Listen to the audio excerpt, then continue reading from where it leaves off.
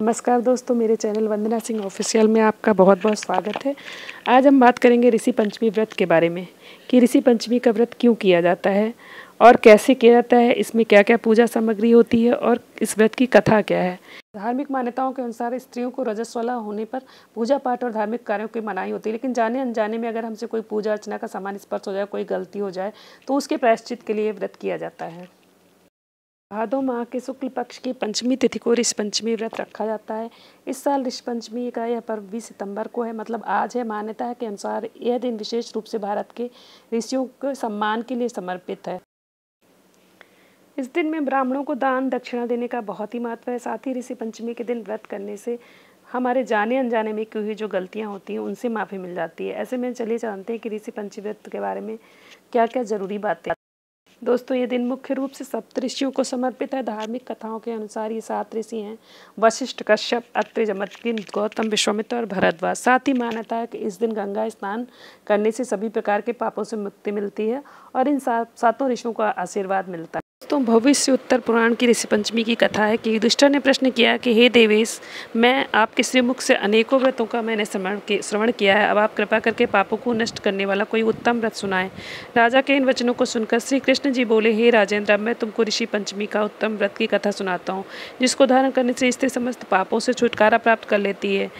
उन्होंने कहा कि वृत्तासुर का वध करने के कारण इंद्र के उस पाप को 4 स्थानों पर बांट दिया। पहला अग्नि की ज्वाला में, दूसरा नदियों के बरसाती जल में, तीसरा व्रत पर्वतों में और चौथा स्त्री के रज में, उस रजस वाला धर्म में जाने अनजाने में उससे जो भी पाप हो जाते हैं उनकी शुद्धि के लिए ऋषि पंचमी व्रत करना बहुत उत्तम है। यह व्रत समान रूप से चारों वर्णों की स्त्रियों को करना चाहिए। इसी विषय में एक प्राचीन कथा का मैं वर्णन करता हूँ। सतयुग में विदर्भ नगरी में स्वेनजित नामक राजा हुए थे। वे प्रजा का पुत्रवत पालन करते थे। उनके आचरण से ऋषि के समान थे। उनके आचरण ऋषि के समान थे। उनके राज्य में समस्त वेदों को अज्ञाता समस्त जीवों का उपकार करने वाला सुमित नामक एक कृषक ब्राह्मण निवास करता था।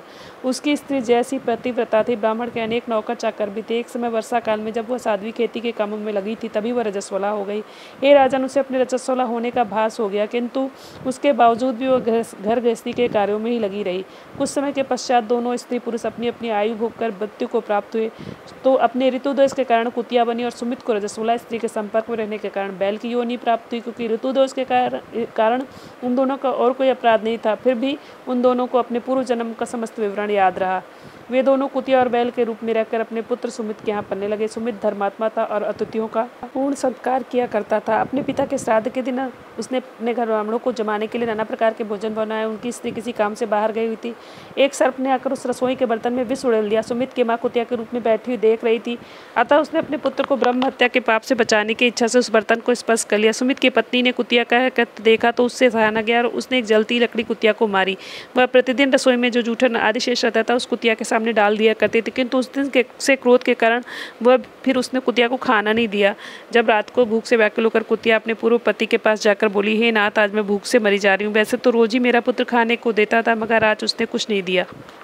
मैंने सांप के विष वाले खीर के बर्तन को ब्रह्म हत्या के भय से छूकर भ्रष्ट कर दिया था। इस कारण बहू ने मारा और खाने को नहीं दिया। तब बैल ने कहा, हे भद्रे, तेरे ही पापों के कारण तो मैं भी इस योनि में आ पड़ा हूँ। बोझ ढोते ढोते मेरी कमर टूट गई। आज मैं भी दिन भर खेत जोतता रहा।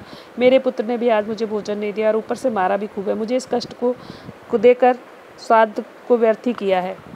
अपने माता पिता की बातों को उसके पुत्र ने सुन लिया। उसने उसी समय जाकर उनको भरपेट भोजन कराया और उनके दुख से दुखी होकर वह वन में जाकर ऋषियों के पास गया और ऋषियों से पूछा कि मेरे माता पिता को किन कर्मों के कारण इस योनि को प्राप्त हुए हैं और किस प्रकार उससे छुटकारा पा सकते हैं। सुमित के इन वचनों को सुनकर सर्वतपा नामक महर्षि दया करके बोले कि पिछले जन्म में तुम्हारे माता पिता ने अपने उच्च संकल्प स्वभाव के कारण रजस्वला होते हुए घर गृहस्थी की समस्त वस्तुओं को स्पर्श किया था और तुम्हारे पिता ने उसको स्पर्श किया था।